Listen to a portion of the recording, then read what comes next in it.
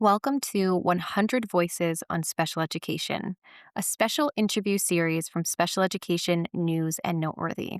The goal of this project is simple: to better understand the state of special education in America today by listening to the people who live it every day. Over the course of 100 conversations, we'll be talking with educators, parents, self advocates, attorneys, researchers, policymakers, and others whose lives and work intersect with special education. But there's a twist. Rather than deciding ourselves who the most important voices are, each guest will recommend the next person we should talk to. In doing so, we're hoping to create a conversation that follows the connections within the field itself and uncovers perspectives we might otherwise miss. For our first conversation, I am joined by Michael Gilberg.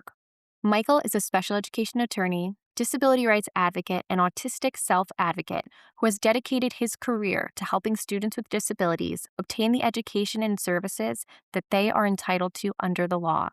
He serves in leadership roles with numerous organizations, including the Council of Parent Attorneys and Advocates, and has spent years working at the intersection of disability rights, public policy, and special education. What makes Michael's perspective particularly compelling is that his connection to this work is deeply personal as well. As a student, he spent his entire education career as a student in special education, yet he was not correctly diagnosed as autistic until the age of 18. Along the way, he encountered low expectations, misunderstandings, and a system that often failed to recognize his strengths.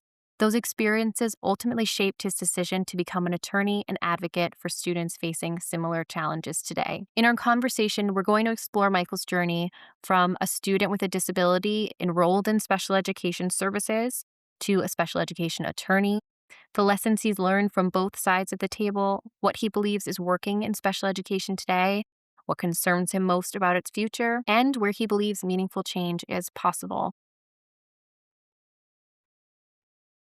Thank you for being here with us today, Michael.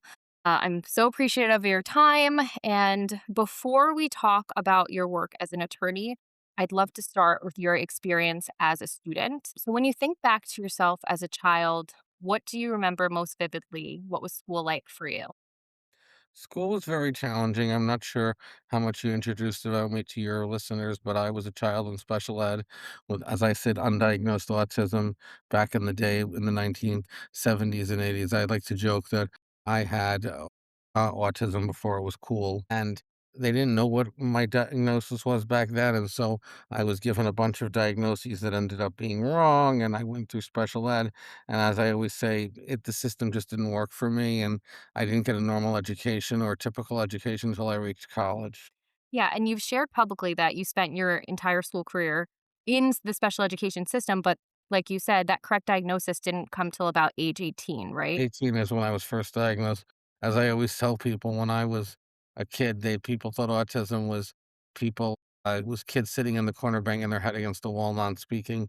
They Uh-huh. didn't really know what became the diagnosis of Asperger's was back then. That came a lot later. What do you think that adults misunderstood about you most while you were in school with an incorrect diagnosis?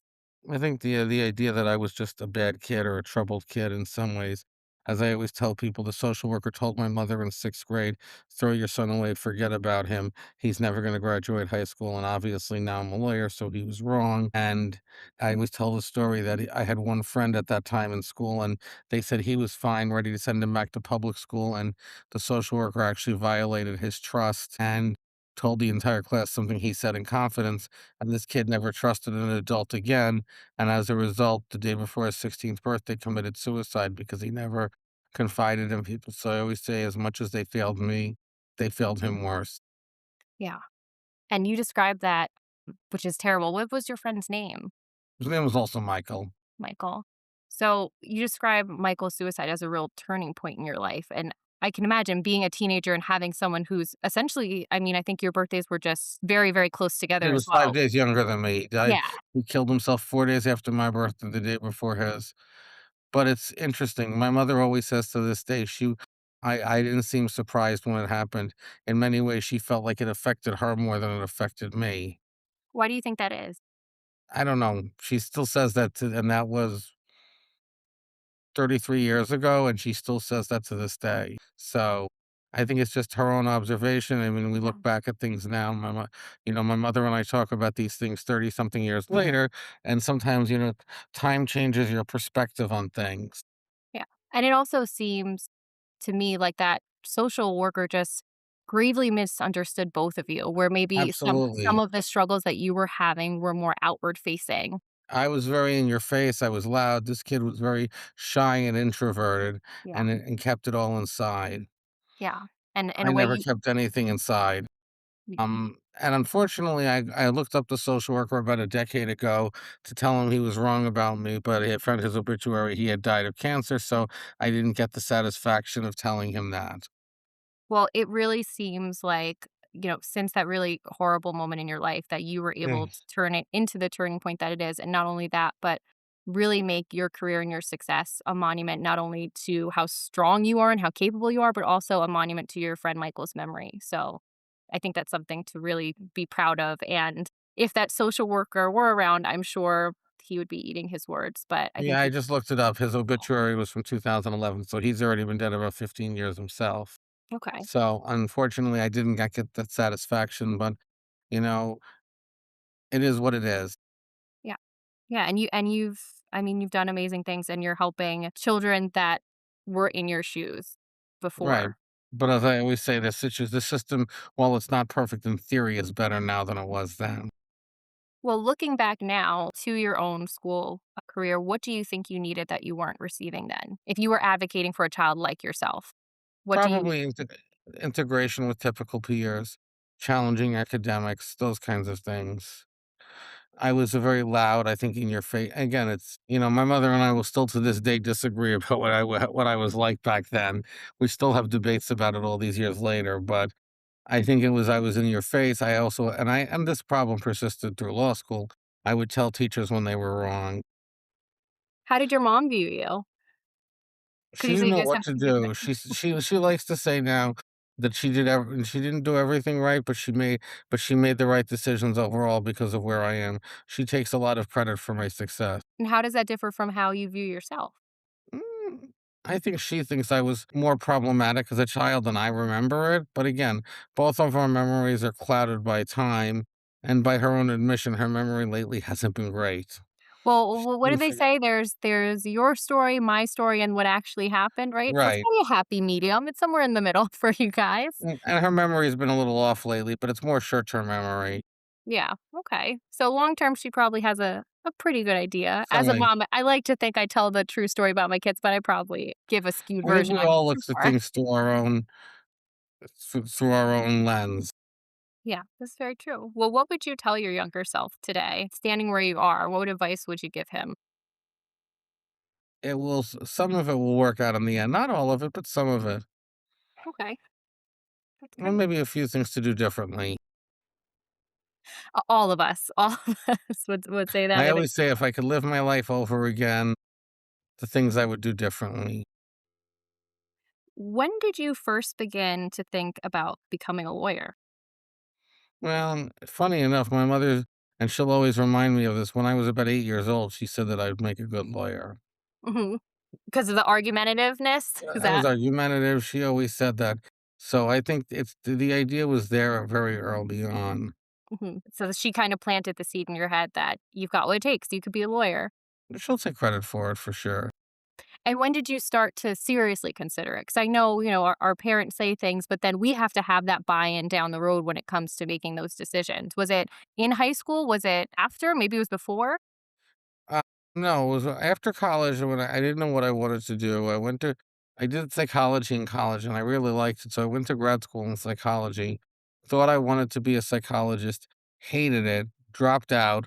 And then my father got sick as I was getting ready to drop out. So I dropped out a little earlier to help take care of him. He's fine now. As I say, he's the same pain in the ass he's always been. So I dropped out of grad school in psychology after about 9 months. And then 9/11 happened, and so that kind of just changed the world, and Mhm. after spending some time at home thinking post 9/11 about what I wanted to do with my life, realized that I should be a lawyer and go and help children like myself. I went to law school and that's kind of it's so about 3 years after college, I started law school. How was that transition into college? Was it a big shift? Did you have to change a lot of the strategies that you had used in the past? Actually, strangely enough, college was easy. It Okay. was easier for me than high school Why do you think it is? because I was self-directed. I could make my own decisions about when and where I wanted to go, what I wanted to do. So I it was also very self-directed, yeah. and the academics came fairly easily to me, and that was always where the challenge was social emotional, not academic. Yeah, I've always said that I also liked college a lot more for those reasons because you really get to dive deep into the things that interest you. And yes, you have to take your required courses, but you really get to kind of have fun in learning in a very self-directed way. So was law school very similar to that experience or was it To more some extent. demanding? Actually, law school was much harder, I will admit. College, I hate to say, cruised through, but I took it easy and got a good GPA.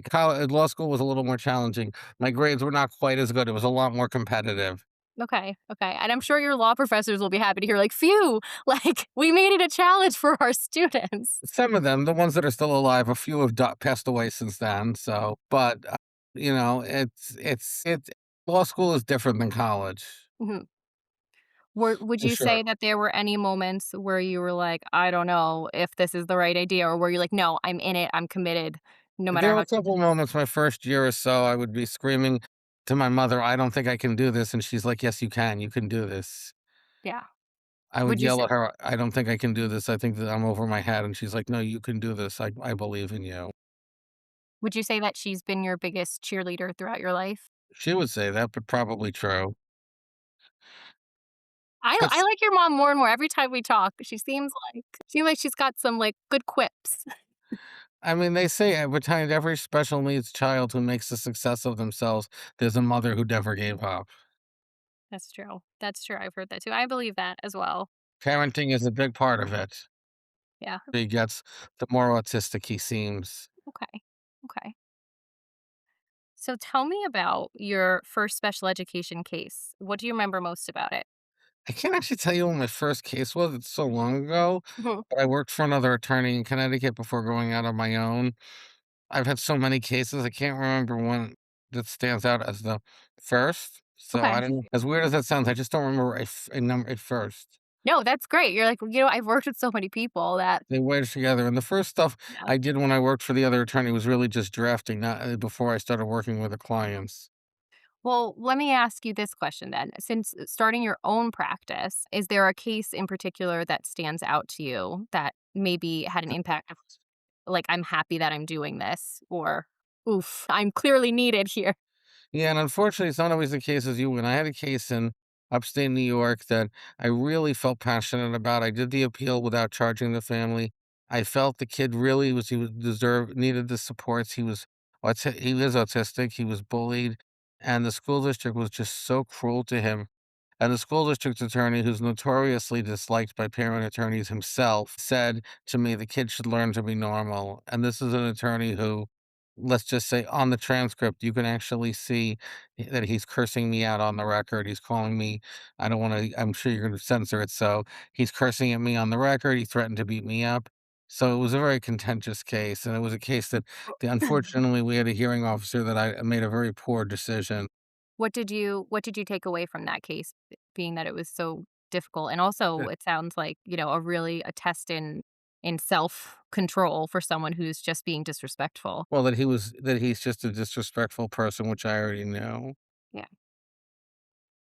That sometimes the system doesn't work, and unfortunately, with hearing officers, they can be good or bad, and it's a crapshoot. So, knowing that sometimes you have to face those hard cases where, like you said, you get what you get with hearing officers, right? You might get a great one, you might not. And sometimes the system does fail kids, this process. So, after years of doing this, where I'm sure you've come up against this numerous times at this point, how do you keep yourself from being jaded in this field of work? I just remember that there are children out there who need my support, and that without me, who's gonna be there for them? No, and just that, the people need to be educated. Mhm. Are there things that you notice in cases that attorneys without lived experience might miss? I think so. I think it's just the empathy of having gone through it.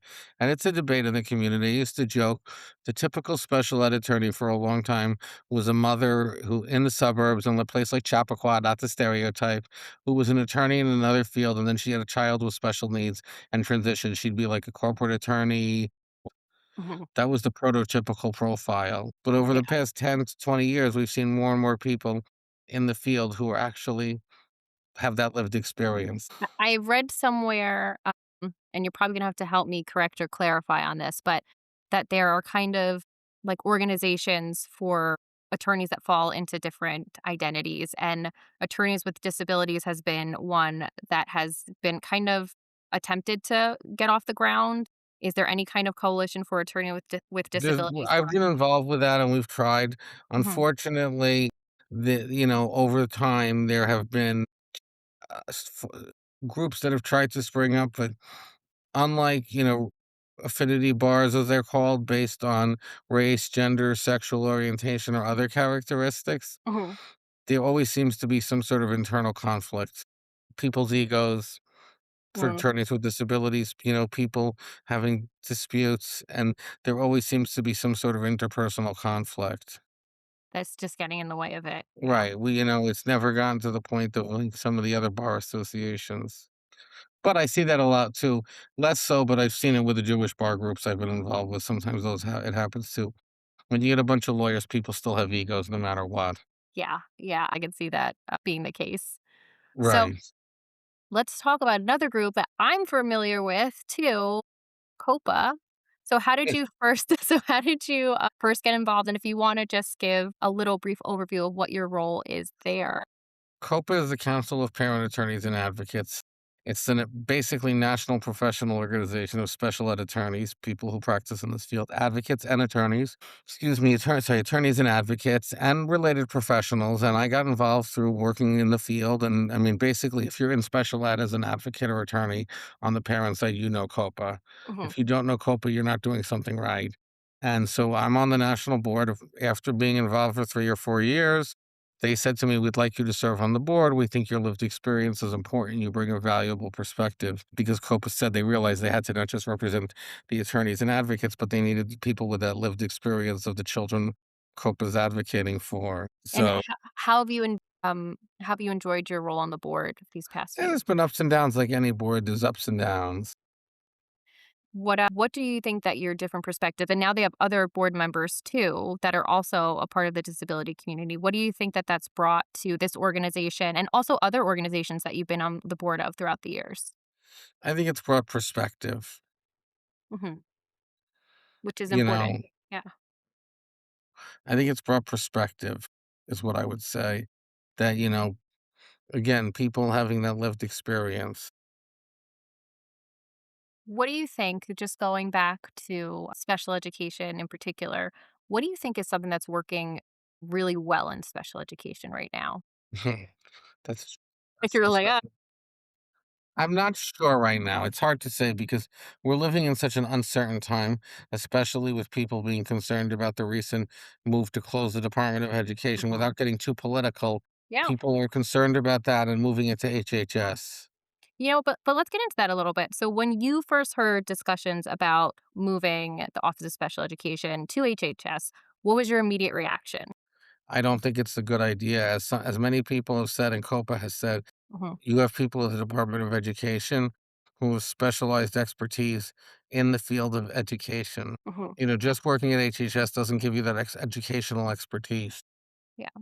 Yeah, and some people have been saying that one of their big fears is that it will change viewing students with disabilities through a medical lens.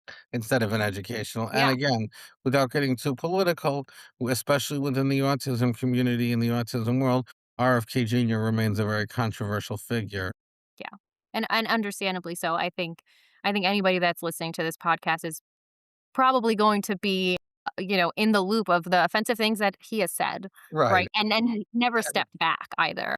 right. And there is that issue. I mean, again, without getting, I think, too political about it, RFK Jr. isn't just some random person who's an HHS secretary who happens to, he's said a lot about autism.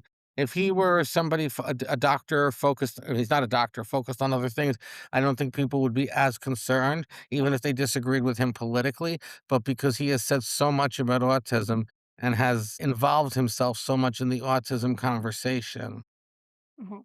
Yeah.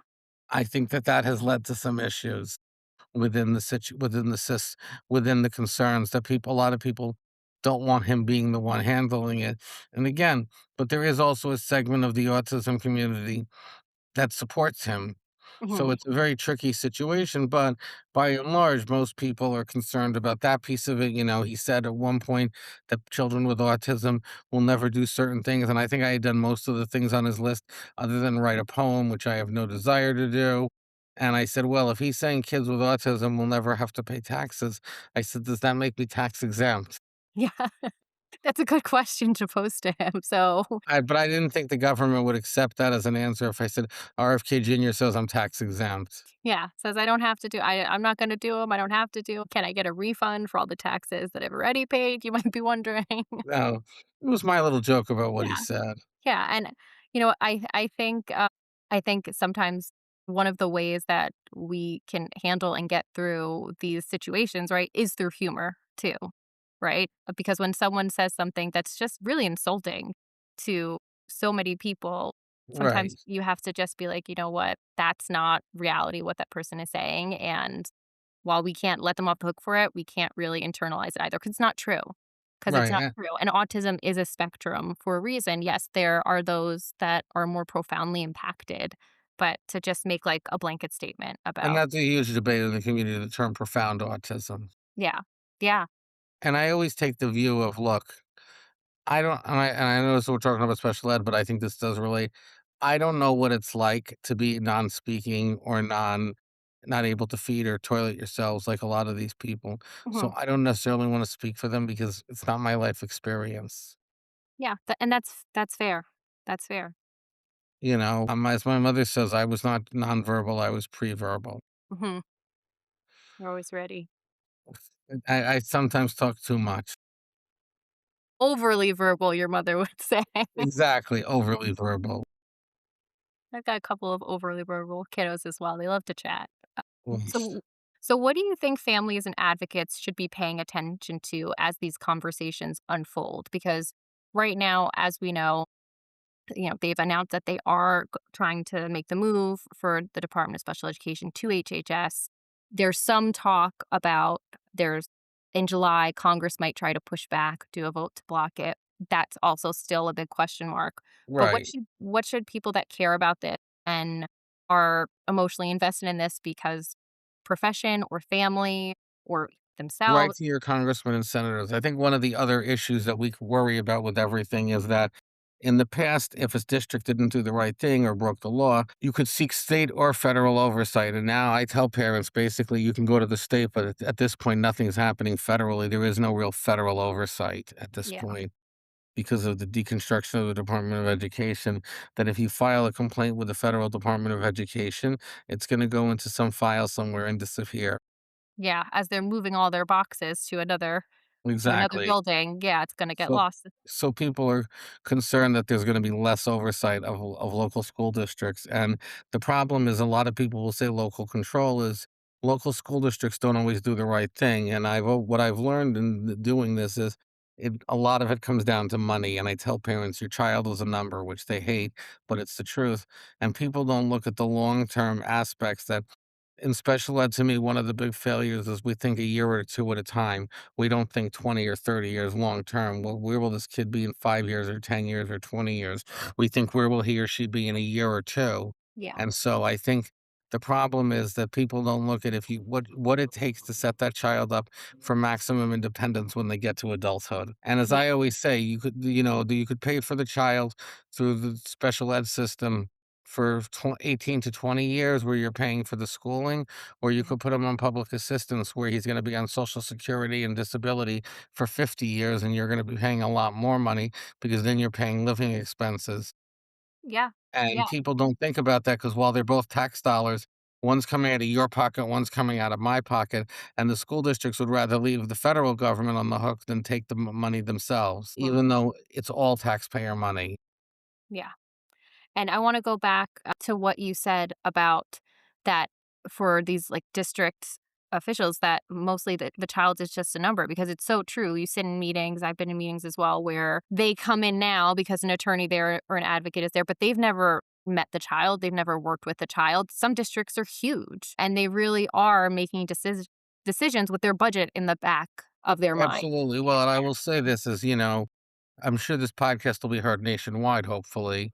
But as we're both in New York, with there's two systems in New York, I always say there's New York City and there's everything else. Yep. New York City, in particular, is the largest special education school district in the largest school district in the nation, and special education in New York City is not like anywhere else because, as I always tell people, in the suburban district outside the city, anywhere else in the state or in Connecticut where I practice. Mhm. I can call the school board attorney and discuss with them the situation and practical results. In New York City, I don't have the ability to just pick up a phone and call a school board attorney. You have to go through layer upon layer of bureaucracy. And one of the challenges I find is cases that should settle rather easily in New York City don't settle because nobody has authority to make any decisions. Yeah. It's like this like tangled web of bureaucracy. Right. This Yeah. person has to go to that person who has to go to this person who has to go to that person. And I've spoken to people in both the state Senate, state legislature who handle this and in the state education department about how New York City is beyond inefficient and this is wasteful money. Yeah. Money is wasted there because they spend money litigating cases that should, excuse me, Mhm. that should not be litigated, and they spend money fighting over things that they're spending more money to fight things that cost a lot less. They're gonna litigate over an evaluation of a couple $100 Yeah. because And to nobody has the authority to approve anything, and so what they do is they figure, "Oh, well, we'll let the hearing officer make the order this way, we're obligated, and nobody has to give any kind of approval." mhm. Which yeah, which sounds like a crazy a crazy way to go about things because not only is it, inefficient in the fact that, money is being wasted that could go to other very needed things that New York City students and teachers need, but also you're wasting time for the child too. Exactly, As you said, one of the flaws is that we look at kids from one year to the next and we're measuring them from one year to the next rather than and looking like, okay, in where's this kid gonna be in 5 years, and 10 years, and 20 years? exactly, and I And think you that's the said problem is we don't give them and again, if you give the kid the maximum tools to be independent as an adult, they can be to take RFK Jr.'s parlance, they could be a taxpayer instead of a tax taker, yeah. and Yeah, that you and teach that them benefits society all the way around. The person has a better life, and if they're paying taxes versus getting entitlements, I think that's something should be a bipartisan issue. yeah, But agreed, unfortunately, people don't think long term, and it's everybody. Nobody thinks long term. Everything is done a year at a time. which yeah, and I feel like sometimes, especially with politicians, they're doing promises that are long term, but then usually they're focusing on just what they can fulfill during their term and leaving all these loose ends, Right. and then things Things don't fall come to through the fruition. cracks and Yeah. people don't realize. And I've heard people who say, well, this child will never amount to anything. But you know what? The truth is, you just never know. They told my mother I would never graduate high school, and now I'm an attorney. Mhm. And it was never about the academics, it was always about the social emotional piece. Mhm. Yeah, I mean, I really do feel like every child is born with just so much more potential that you can see on their surface. And it's putting in the work to help them get there and help them succeed that really makes all of the difference. And if you don't put that work in and help them along and give them the things that they need, then yeah, you're setting them up, like you said, for Right. a life where they can't reach full independence And a or lot of these kids, whatever level of independence they might have reached otherwise. and I always say, just because I did it, not everybody has my motivation. Yeah. Yeah. That's a very good point too, because as you said from your college experience, like, you kind of took off like a rocket. You were like, "Okay, this is Well, I self-directed." was motivated to do it, and not Yeah. everybody's gonna have that motivation. Yeah, and motivation is a big piece of the puzzle. That's correct. So I think it's a huge issue, and I think that because motivation is such a huge issue, I think that, not every kid can just be assumed that he'll figure it out. Mhm. Yeah, absolutely, agreed, and those transition planning supports need to be need to be stronger because of that, I think, as well, and having that long-term vision. So what concerns you most about the direction of special education today? And whether that be, we can talk like New York or Connecticut, or we can talk just nationwide. I know we talked a little bit about the department move. I just think the lack of understanding, and the number of parents who I've heard say, "Not my problem, not my kid, not my problem," Yeah. that I shouldn't have to pay for someone else's kid, Yeah. not realizing it's society's problem. Mm. Yeah. That's true. I have a similar issue with special education, but rather than the parents, which is a good point, I always think of teachers that are in like co-taught classrooms Mm, or are just in gen ed classrooms and are kind of like when a child with a disability walks into their classroom, they're like, not my prob, not my job. I don't have a yeah, special ed certification.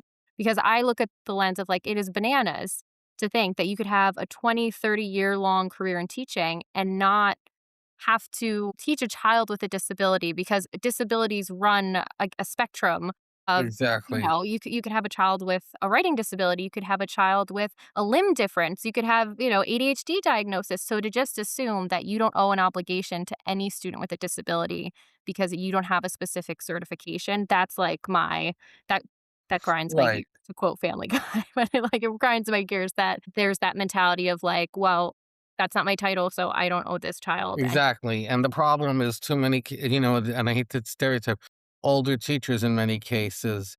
There's these older teachers who said, "I've been doing it this way for 40 years," and they don't necessarily understand some of the newer stuff. I remember a case a number of years ago where a teacher, she was like an older teacher in her 70s, had been teaching 40 years, and she picked up an autistic child, and they said, "Threw him across the room," literally. Oh my gosh, Yeah. that's There terrible. was a case in a district in Westchester a couple years ago, a longtime teacher, she was locking non-speaking autistic children in a bathroom as a seclusion room with porcelain and ceramic where they could get hurt. She quietly retired, apparently.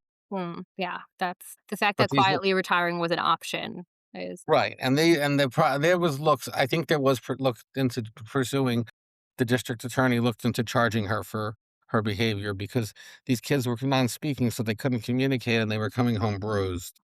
yeah, and then, just thinking about the fact that there's like you're saying, like, there's, like, such senseless I'm just gonna use New York City as an example because we were talking about it, but like, there's such senseless litigation that sometimes goes on, and then what could they be doing better? Where could they be putting that time, that energy, that money into more training for staff members, first of all, like, more safeguarding these children. Right. Better training for staff, I think, is one thing. Mhm. Restraint and seclusion is a huge issue in special ed, and Yeah, COPA has done a lot on that. And obviously, we always need to be able to have, there's some people who say you should never restrain or seclude a child. I always say it depends on the circumstances. Are they a danger to themselves or others? If a child's running in the street, obviously you have to restrain him. yeah, yeah, You can't just let him run in the street. yeah, Seclusion's a little more complicated. I yeah, think it depends on an extreme circumstance. But if you yeah, are going to put a kid in a room where he's secluded, you're going to obviously want something that's more you know, safe. mm, Let's put it that way. A bathroom is not safe. There's a mhm. lot of hard surfaces in a bathroom. Yeah, and I think also a part of because as we well know, right? Anything that makes a headline is usually portrayed very black and white, right? You're either for it or you're against it. But it really is. There's so much in between in it Right, because like you're saying, to keep a child safe from himself, like self-injurious behavior, if a child is clawing at their face, right? Or like, sometimes that might be the option that comes to that person's mind, right? Of like, I'm going to stop them from harming themselves. And this is the way that I can do it because they're past the point of words are getting into them. And, they're well, kind and of I think over that dysregulation. many teachers or staff are not always trained in these methods of Yeah. de-escalation, and that's the other problem, is there's Yes. never really de-escalation in many of these cases. Yeah, and that's the thing because once there's that, allowance and once that option is on the table, there's a very real scenario where it's getting used too often because it's an option. And then they're saying, "Oh, well, we did all we could." But had that not been an option, what other tools in their toolkit might they have used? Right, and the problem is in many districts, paraprofessionals are not well trained, or they're Yeah. underpaid, so you get what you pay for, so you're Yeah. not getting really experts. Yeah, and I mean, even when I worked as a special education teacher in New York City, I mean, the parents that I work with wanted to get all these trainings done because they were invested in and they cared about working with these kids, and they'd be like, "Oh, sorry, this one is just for teachers." And then you'll essentially have to, let them know in everyone's copious amount of free times what your 3-hour training was. And it was a crazy expectation because they're many times working with the students, for the entire day, right? And they don't have that training that special education teachers are getting. But yet, they're still seeing those behaviors. They're still having to help a child de-escalate. So, Right. And a so great I think the example. problem is schools don't always know how to de-escalate the behavior. Yeah. Yeah, absolutely. And then they go to the restraint seclusion road, which, as we know, is a very, very dangerous road. So, is there anything, I know we've been talking about Yeah. some really heavy stuff. Is there anything that makes you hopeful about the future of special education? I think the more parents are realizing that they're not alone, Hmm. that there's a community. I think some organizations like COPAA being out there to bring people together, to collaborate, to have people you can bounce things off of, friends, colleagues. We're not like you and I have emailed each other with questions or ideas. Sometimes you just need a different perspective. Yeah. Yeah, absolutely. And there are a lot of bad things about the internet, but one of the things that I really do love is that for, parents, professionals who would be operating in a silo or feeling very Right. isolated, you do get to build community. Apparently, one of the biggest things that has helped special is parent groups on Facebook, or as Yeah. they call them, the mommy groups. Yes. The mommy groups are like, I mean, I'm obviously not a mother, but I have friends who put my name out in mommy groups. I get people like, I saw your name in the mommy groups, Yep. Yep. and You that's see how they them in there. find me through. Because I know a lot of young mothers. Yeah. Yeah. And I'm in those groups and I do recommend you too. So, so I know you do it, but you're a mother, I'm not. So yeah, they are, they are, but there are groups that say, and professionals are right. allowed in as well. It's interesting because while I don't have children yet, there are no father groups. They all seem to be mother groups. Yeah, yeah, But and in most of my cases, the mother takes the lead. I found in cases where it's a two-parent family. I mean, there are some where the fathers are a little more involved. yeah, I've had a couple of, like, I can probably count on one hand, but there are some dads that really do a good job, but one of my favorite phone calls was, a dad that called me and the mom was in the background, and I'm like, "What grade is your child?" And he's like, "Kindergarten." She's like, "2nd." Like, he's in 2nd grade. Well, I had one case years ago. I had one case years ago in Connecticut where I really wanted the father to be taking the lead more because Mhm, and the father was just a cool customer who knew how to handle things. I mhm, said, "I want the father, not the mother." I mean, there's other cases where the fathers are helpful, but usually in those cases, the mothers are good too. yeah. This is probably the starkest case of a mother who just couldn't handle it and a father who could. But it also speaks to sometimes, like, the emotional overload of when you're dealing with, outcomes for your child. Like, obviously, that was a lot, right? And she couldn't regulate herself, right? No, And she couldn't.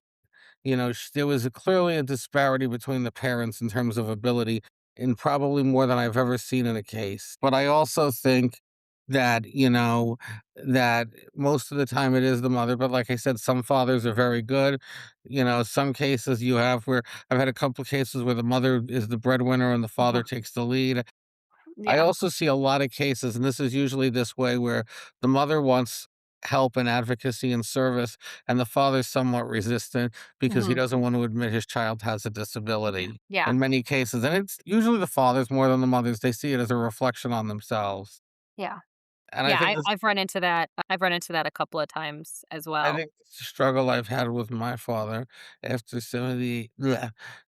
As I said to my father, after 78 years admitting you're autistic, what's it going to change your life? But he will not accept it. Although my mother has finally conceded to me, yeah, he's autistic, but she won't tell him that. Yeah, yeah. We won't send him the episode list. Don't worry. No, but he does certain things, and I'm sure people know who listen have watched The Big Bang Theory. And while it's never explicitly stated, it's pretty strongly implied. There are times my father will do things, and I'll be like, "Yes, Sheldon," and I'll Mhm. just call him Sheldon and as a code because he's being very Sheldon-like Yeah. Yeah. That's a nice loving way to kinda to call someone Sheldon. yeah, to give 'em a little, jab, yeah. Alright, so what should every parent of a student with a disability know in in your opinion, That you about have the right it? to question the school district.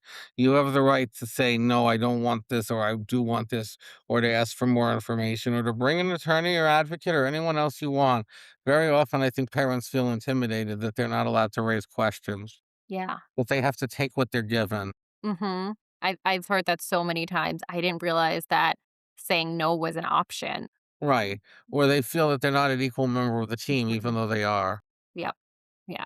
And Or in many cases where they have to take what they're given. As you said, they know saying no was an option. Or in some cases, they don't really understand their child's disability. yeah, I think that's fair. And one thing that I found is that parents also don't know that they have the option of parent trainings Right. for things that, might be in their child's IEP Well, of it's like a standard IEP service that people don't know. I've yeah. run through that where parents think, "Oh, it's a reflection that I'm not a good parent." I've had someone say to me, "If you're telling me to get parent training, it means I'm not a good parent." And that's not what I'm saying. That parent training is a standard IEP service. Mhm.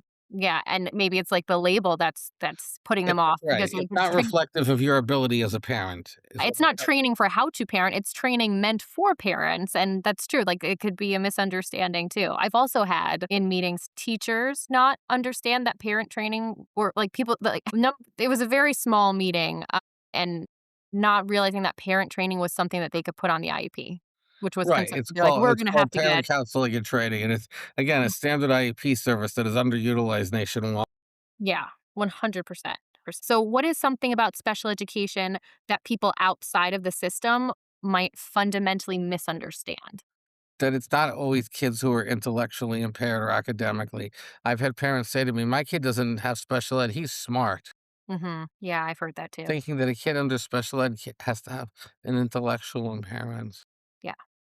Yeah, or the statements that get smeared, like when they use the "but," right? Like, "Oh, but But he's really smart. He can yeah, but he's this," as if, like, having that somehow lessens the value of that child. right, that somehow being special ed doesn't has something to do with being smart, and it doesn't really matter.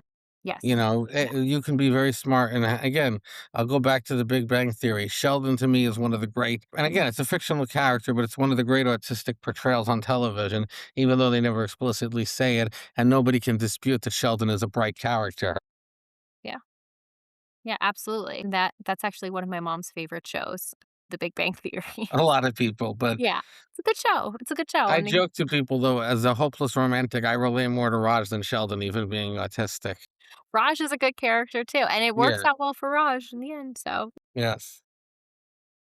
if you could change one thing tomorrow, what would it be? I know it's kind of a big question. In special ed, and keep the Department of Education the way it is. Okay. But beyond that, I think that I would change that the the understanding by society that, that investment in these children is long-term investment, not just for their families, but for everybody. You could be a taxpayer or a tax taker, as I say. Mhm. Yeah. Amen, and I think that goes to another big misunderstanding that people have that are outside of it. I mean, I think it's a misunderstanding that even some people in the system have clearly because I think our kids are, underestimated and misunderstood still, even by people in the system that should have an understanding of them at times. Exactly. Sometimes you get people who are the professionals. Like, I think back to that social worker when I was a kid. He was the Mhm. professional, but unfortunately, he didn't know what he was doing. I once had to accompany one of my students to the school psychologist's office for testing, right? They were reevaluating him, and I had said to him, she was like, "Tell me about your student." I was like, "Oh, like, he's so funny. He has a great sense of humor." And this was a child who was emerging verbal, so Right. he had limited language. He was still kind of learning how to use his AAC. And he goes, "No, that can't be true because autistic children are not funny. They don't understand humor." And I Who was like, said this? it was a school psychologist that was reevaluating him. And my favorite moment from that was I was sitting in for the evaluation and there was a little ball and there was a hole in the psychologist's desk. And he took the ball and he looked him in the eye and he goes, boop. And he just dropped it in the desk. And he goes, hold on, he got the ball. And then my child Right. looked him in the eye again, smiled at him and goes, boop. And Well, yeah. he goes, I take back what I said. He is very funny. I've had people say to me, "You're too normal to be autistic." I don't know what that means, or "You speak, so you can't be autistic." Somebody said once on a podcast I did, "Oh, he can't be autistic, he's a lawyer. Lawyers can't autistic people can't be lawyers." Yeah, it means you don't fit into that stereotype that I have of a person with this disability.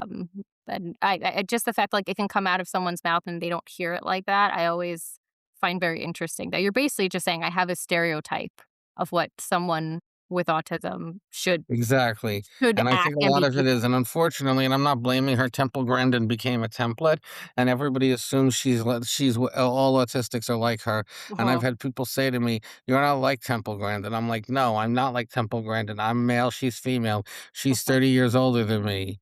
She grew up in the rural West. I grew Mhm. up in New York. I'm Jewish, she's not." You know, there's a lot of differences between me and Temple Grandin. And just because of how her autism manifests, and I met her once, she's very cold, very robotic. And that's where this idea came from. Most autistics are not. Temple Grandin just happens to be the first person who became well known for having Mhm. autism, but she's not indicative of everybody on the spectrum. Yeah. Which also points to like how important media representation is. How important what? How important media representation is Right, for all disabilities, because when you just get, like, one idea of what autism should look like, then you start having these, formed opinions of, like, well, that person says they're autistic, but they can't be because they don't act like that person. So, yeah, I mean, even when I was working in a classroom, so many people who I'm sure were well-meaning in their heads would be like, "Oh, so they're savants? Like, what are the great skills that they have?" And I'd be like, "Well, that's just, that's a kind of a stereotype. Not every autistic person is going to have savant skills." And they were disappointed because they had watched, the movie Rain Man or something like that and just right, assumed that that was how every person on the right. spectrum. And there's these assumptions. Like I said, if I had $1 for every time someone said, "You're not like Temple Grandin," and again, I'm not knocking Temple Grandin, but I'm kind of tired of people comparing me to her. Yeah, That fair. she's become this template for autism. Mhm. Yeah. It's also not fair to her. No, yeah, it's not. I don't. Yeah, exactly. On both ends, I don't think it's fair. But like once again, people just see one thing and they'd like to be very black and white. I feel like a lot of the time in the media, they're like, okay, so this is what it looks like, or this is what it can't be. Right. So on that same kind of tangent of talking about like people that have written books or like are famous, like what are resources, whether books, podcasts, organizations, maybe a public speaker that you would recommend that our listeners learn from in Well, terms of special education? obviously COPAA, the Yes. Council of Parents, Attorneys, and Advocates. Another thing a lot of families find helpful early on is Wright's Law, which is done by Pete Wright, who's a leading Mhm, special ed attorney nationally. He's older now. Him and his wife do some consulting, but they're semi-retired. mhm, They're in mhm. their 70s, but he does go around the country and lecture on special ed law in various cities, usually in partnership with a local organization. Yeah. But those are probably the 2 of the biggest things I would, say to look at, as well as reading your state regulations. Even if you're not a lawyer, try to understand what the law is in your state, Yes. because there Yes. are nuances state to state. Amen to that. Amen to that. I mean, that's something I always tell parents, like, it's public information, it's accessible, and, now for the most part, there are so many resources online that can kind of help translate these things for them too Right. into understandable language. So that is it for us today. Michael, Perfect. I thank you so much for your time. It's always a pleasure to talk to you. Always a pleasure to talk to you, Paige. All right. And then thank you everyone for listening. And we will see you back here next week for our special education news and noteworthy and for our next session of 100 Voices on special education. Thanks for listening. Thank you so much for listening to today's episode of 100 Voices on Special Education, presented by Special Education News and Noteworthy. If you're enjoying this podcast, we ask that you follow us on Spotify, rate us 5 stars, and share it with others who might be interested. This helps us reach more parents, advocates, change makers in the world of special education, and we would be grateful for your help in doing so. Until next time, stay vocal, stay hopeful, and take care of yourself.